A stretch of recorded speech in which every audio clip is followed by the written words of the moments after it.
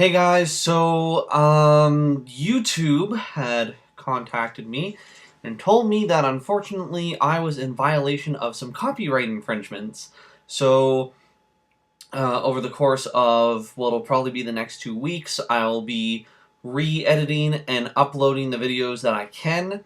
And unfortunately, the Jay Garrick Flash episode is one of them. I do hope to be re-uploading the original video, but unfortunately, you're going to have to do with this re-edit. So hopefully you guys still enjoy, and hopefully you'll get the other edits in a short amount of time. So yeah, bye.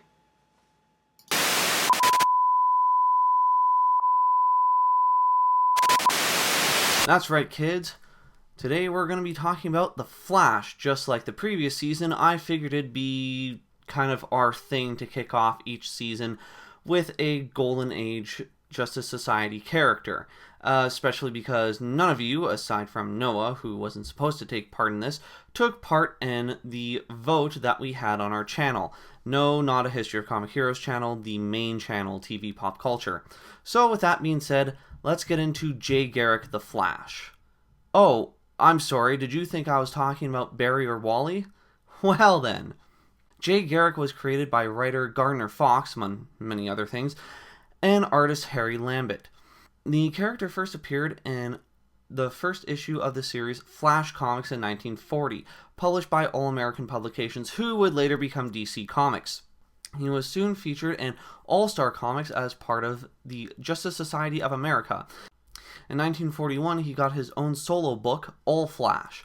After World War II, superheroes started to decline in popularity in comic books, and All Flash was cancelled in 1948 after 32 issues. Flash Comics was cancelled in 1949 after 104 issues, and All-Star Comics was cancelled in 1951 after 57 issues, marking Jay Garrick's last Golden Age appearance. Garrick would not appear again for 10 years and never got another solo title. In 1956, DC Comics revived the Flash character as Barry Allen, which is the one that most people know of. However, they did something kind of strange. Barry Allen's backstory now made it appear that he was a fan of old Flash comic books, which now meant that Jay Garrick, Alan Scott, and many of the other classical Justice Society characters had apparently no longer existed. Fans were a little upset by this. In steps Gardner Fox. So, as talked about many times on this show and other shows on our channel, Gardner Fox is pretty much the sole contributor as to why we have a DC multiverse, with his creation of The Flash of Two Worlds, which allowed Jay Garrick and the other Earth 2 characters to coexist without conflicting with the new continuity set by characters like Barry Allen, Hal Jordan, and well, the list goes on. The other characters would be seen as Earth 2, whereas the new Silver Age characters would be seen as Earth 1 or the main Earth continuity characters. In 1976, he became a regular character in the revived All-Star Comics, partaking in adventures with the Justice Society set and Modern Times. 10 years later, in 1985, in Crisis on Infinite Earths, all the other Earths would be folded into one Earth called New Earth, as we've talked about many times on this show and on other shows on the main channel. And all the Golden Age Justice Society characters were then folded into their Earth 1 counterparts. Following DC's rejuvenation of its multiverse, I'm not really sure how to describe it, Jay Garrick has now been reintroduced in the first issue of Earth 2 Comics as a 21-year-old recent college graduate. Okay, so there's a few things that kind of tick me off about this, mainly the fact that his wife, or who was originally his wife in his original run, pretty much tells him to go jump off a cliff. Yeah.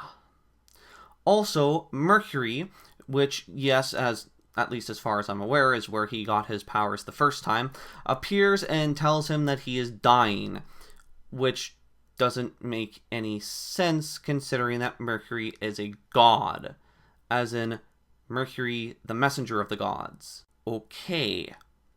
Anyways, dying Olympian god Mercury says to Jay Garrick that he must take on his power of speed So, okay. And we also get into how Apocalypse attacked the world 10 years ago, and how Jay escapes the world army in a helicopter or something like that, pretty much running away with his mom, and then runs into the new Dr. Fate. And that pretty much catches us up to where we are, considering that the This Is War saga has currently been put on hold because of Villains Month. Ugh. Anyways, I'm CJ the comic book guy, and I guess I'll catch you guys next time. Bye.